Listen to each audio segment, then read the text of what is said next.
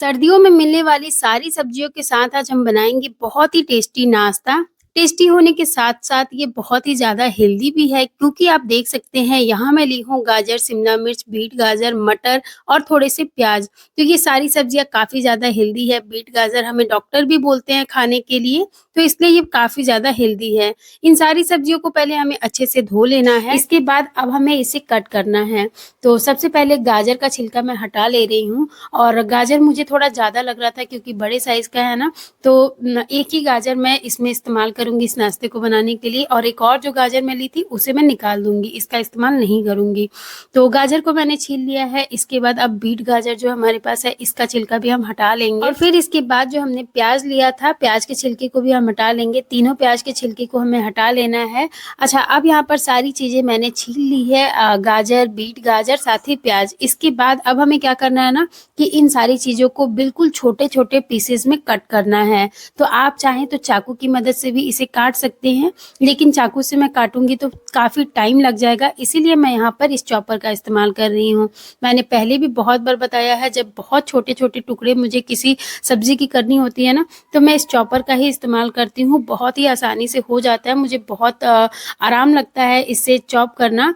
तो पहले मैं गाजर को काट कर छोटे-छोटे टुकड़ों में काट ली हूँ और इसमें डाल दी हूँ। इसके बाद फटाफट से इसे मैं चॉप कर लूँगी। आप देख सकते हैं बड़ी ही आसानी से कितनी जल्दी से ये चॉप हो गया है। इसी तरह से आपको भी चॉप कर लेना है। ये चॉपर ईज़िली हर घर में अवेलेबल होता है, तो आपके पास है तो आप इसका इस्तेमाल करिए, आपका काम बहुत ही आसान हो जाएगा। तो आप देख सकते हैं गाजर के काफ़ी छोटे-छोटे टुकड़े हो गए हैं। अब हमें इसे निकाल लेना है एक दूसरे बाउल में। इसके बाद इसी चॉपर में मैं चॉप करूँगी शिमला मिर्च। तो शिमला मिर्च को पहले हमें काट कर इसका बीज निकाल लेना है, बीज हमें नहीं खाना चाहिए, तो बीज हम इसका निकाल लेंगे। इसके बाद इसे हमें छोटे टुकड़े में इस तरह से कट करके और इसी के साथ हम डालेंगे प्याज़।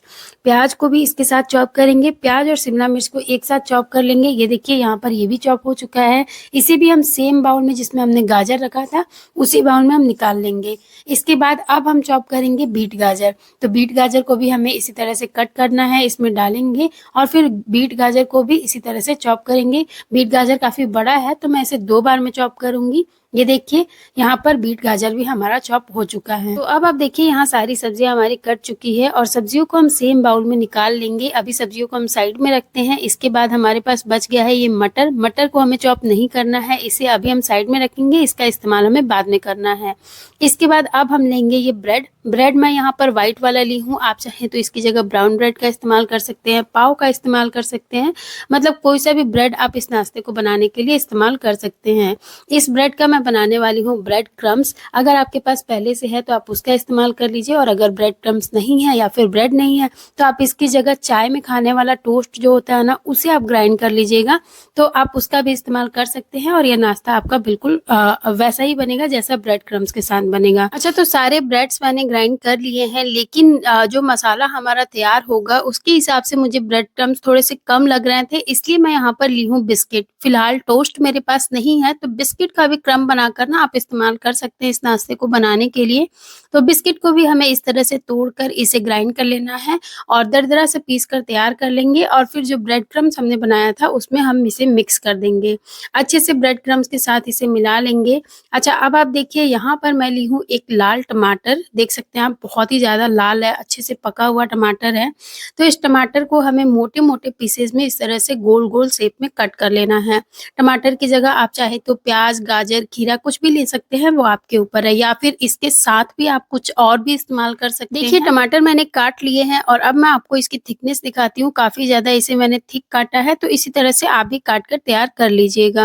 अब मैं ली हूँ यहाँ पर कुछ मसाले। मसालों में मैं यहाँ पर ली हूँ 1 चम्मच जीरा, 1 चम्मच धनिया, 2 छोटे साइज़ की दालचीनी, साथ ही 1 चम्मच सौंफ, लौंग, इलायची और काली मिर्च। इन सारी चीज़ों को हमें ड्राई रोस्ट करना है, तो पहले फटाफट से गैस के ऊपर पैन या कढ़ाई रखेंगे और इसे ड्राई रोस्ट करेंगे सिर्फ 2 मिनट के लिए, जब तक कि इसमें धुआं ना आ जाए। हाई फ्लेम पर कर लीजिएगा, फटाफट से हो जाएगा। इसके बाद ये जब अच्छे से भून जाए फिर हमें इसे निकाल देना है, निकाल कर इसे ठंडा होने देंगे और इसके बाद हमें इसे ग्राइंड कर लेना है। दरदरा पीस लेंगे हम इसे, बहुत ज़्यादा पाउडर बनाने की ज़रूरत नहीं है, बस इसे हमें दरदरा पीस लेना है। अच्छा, अभी ये कढ़ाई गरम है तो इसी कढ़ाई में हम डालेंगे तेल। आप देख सकते हैं ये नॉर्मल खाने वाले चम्मच से मैं यहाँ पर 4 से 5 चम्मच के करीब तेल डाल दी हूँ और तेल जब गरम हो जाए फिर इसमें हम डाल देंगे बिल्कुल थोड़ा-सा ग्रेट किया हुआ अदरक, साथ ही में इसमें डाली हूँ हरी मिर्ची, क्योंकि मिर्ची अभी तक मैं नहीं डाली थी। तो अब यहाँ पर मैं डाली हूँ हरी मिर्ची, 2 हरी मिर्ची को छोटे-छोटे टुकड़ों में चॉप करके डाल दी हूँ। थोड़ा-सा इसे भूनने के बाद अब मैं इसमें डाल दी हूँ ये सारी कटी हुई सब्जियाँ। सब्जियों को हमें हाई फ्लेम पर भूनना है, फ्लेम को लो मत करिएगा, नहीं तो इसका क्रंच जो है वो ख़त्म हो जाएगा और सब्जियाँ बहुत ही ज़्यादा सॉफ्ट हो जाएगी। तो हाई फ्लेम पर अगर हम इसे भूनेंगे तो इसमें का जो भी पानी होगा ना वो सारा पानी जल जाएगा और सब्जियों का क्रंच जो है वो बना रहेगा। तो इन सारी सब्जियों को डालने के साथ अब हम इसमें डाल देंगे मटर। मटर जो हमने लिया था उसे हमें इसमें डाल देना है और इसे भी हम भून लेंगे। सिर्फ़ और सिर्फ 1 से डेढ़ मिनट तक हमें इन सब्जियों को भूनना है, जिससे कि इसका कच्चापन निकल जाए। तो इसे अच्छे से भून लेंगे। इसके बाद हम इसमें डालेंगे मसाले। देखिए आप यहाँ मसालों में मैं डाली हूँ बिल्कुल थोड़ा-सा लाल मिर्ची पाउडर, साथ ही मैं इसमें आधा चम्मच के करीब डाली हूँ गरम मसाला पाउडर और बिल्कुल थोड़ा-सा मैं इसमें डाली हूँ आमचूर पाउडर। इसी के साथ मैं थोड़ा-सा डाली हूँ इसमें हल्दी पाउडर। हल्दी वैसे डालने से कोई फ़ायदा तो था नहीं क्योंकि कलर इसका आएगा नहीं, तो बिल्कुल थोड़ा-सा डाली हूँ। इसके बाद मैं इसमें डाली हूँ स्वाद के अनुसार नमक। नमक डालकर इन सारी चीज़ों को हमें अच्छे से मिक्स करना है और फिर इसे हम 1 से डेढ़ मिनट तक और भूनेंगे। ये सारी कुकिंग हमें हाई फ्लेम पर करनी है, फ्लेम को बिल्कुल भी लो या मीडियम नहीं करेंगे और लगातार चलाते हुए इसे भून लेंगे। तो सारी सब्जियों को भूनने के बाद मसालों के साथ भून लेंगे और इसके बाद हमें इसमें डालना है आलू।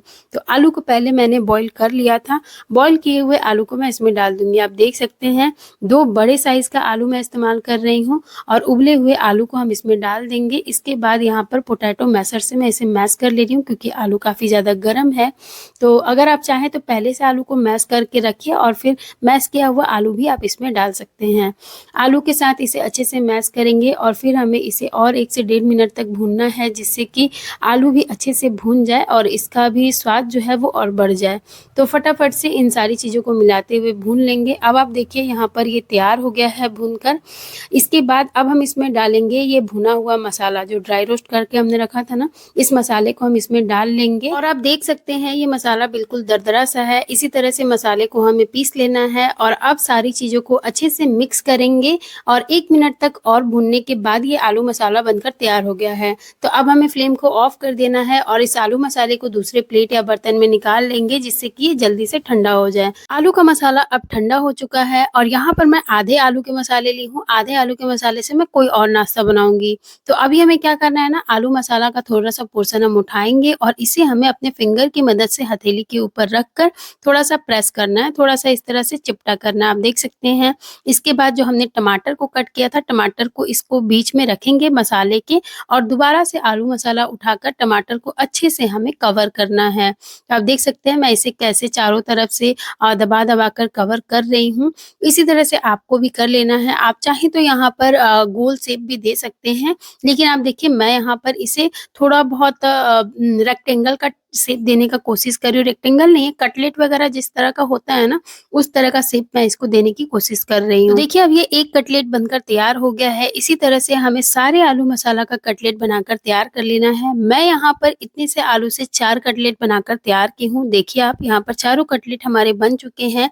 अब इसके बाद ये बाउल में आपको जो दिख रहा है ये है आटे का घोल। 2 से 3 चम्मच हमें आटा लेना है और उतना ही पानी डालकर हमें इसका घोल तैयार कर लेना है, या फिर आप इसकी थिकनेस देख सकते हैं। इस तरह का थिकनेस हमें आटे के घोल का बनाना है। इसके बाद जो कटलेट हमने बनाया था, इस कटलेट को उठाकर हमें इस घोल में अच्छे से दोनों तरफ से डिप करना है और फिर इसे उठाकर हम डाल देंगे ये ब्रेड वाले क्रम्स में। अब कटलेट के ऊपर ब्रेड क्रम्स को हमें अच्छे से कोट करना है, तो दोनों साइड से आप इस तरह से घुमा-घुमा कर इसे कोट कर लीजिएगा। इसके बाद हमें दोनों हाथों से इस तरह से कटलेट के ऊपर थोड़ा-सा थपथपा देना है, बिल्कुल हल्का-हल्का, जिससे कि ब्रेड क्रम्स इसके ऊपर अच्छे से सेट हो जाए। उठा-उठा सा ना रहे, नहीं तो जैसे ही हम इसे तलेंगे तुरंत ये सारे ब्रेड क्रम्स जो हैं वो निकल जाएँगे, तेल में बिखर जाएँगे। तो इसलिए आप ध्यान से करिएगा, इसको अच्छे से हथेली से प्रेस कर दीजिएगा। अब आप देखिए यहाँ पर कटलेट हमारे तैयार हो गए हैं। अब हम क्या करेंगे कि एकदम गरम-गरम तेल में हमें इस कटलेट को डाल देना है। पकाने की ज़रूरत तो है नहीं, बस इसे क्रिस्पी होने तक फ्राई करना है। बस इसके ऊपर आटे की जो पतली कोटिंग है उसे हमें पकाना है, तो वो कुछ सेकंड के अंदर ही पक जाएगा और जब ब्रेड कटलेट के ऊपर इस तरह की गोल्डन कलर आ जाए फिर हमें इसे निकाल लेना है। यहाँ चारों कटलेट हमारे तल चुके हैं और बिल्कुल मार्केट की तरह ये देखने में लग रहे हैं। अब मैं आपको इसका क्रिस्पीनेस सुनाती हूँ, आप सुनिए। बना है ना बहुत ही ज़्यादा क्रिस्पी ये नाश्ता। तो इस तरह से अगर आप इस नाश्ते को बनाते हैं तो घर पर आप बहुत ही आसानी से, बहुत ही सस्ते में और बहुत ही ज़्यादा हेल्दी ये नाश्ता बनाकर तैयार कर लेंगे। और ये इतना ज़्यादा हेल्दी है कि आप छोटे बच्चों को भी इसे खिला सकते हैं और आपके बच्चे एक बार इसे खा लें तो फिर शायद आपको ये टेस्ट करने के लिए भी ना मिले। तो अब अगर आपको ये मेरी रेसिपी थोड़ी-सी भी पसंद आई हो तो वीडियो को लाइक करके चैनल को सब्सक्राइब करिए। साथ ही इस नाश्ते को बना के एन्जॉय ज़रूर करिएगा।